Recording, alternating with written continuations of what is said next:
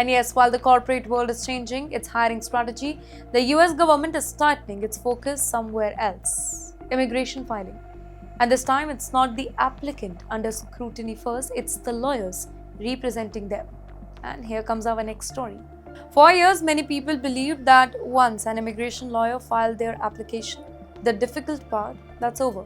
Whether it was an asylum case or another immigration petition, applicants, they trusted that everything submitted on their behalf, it was accurate. But the US government is now taking a much closer look, not just at applicants, but also at the lawyers preparing these cases. The Department of Homeland Security has just launched a major crackdown on immigration filing that appears to contain copied or template-based information.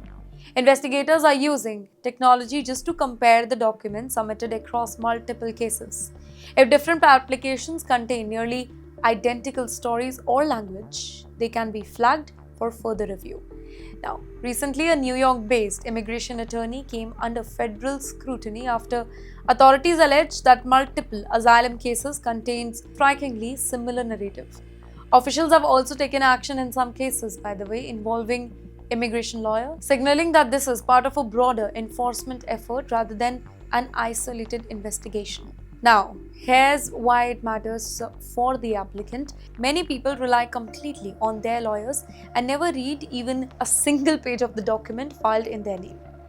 But under the US immigration law, you are responsible for the information that is submitted on your application, even if somebody else have prepared that.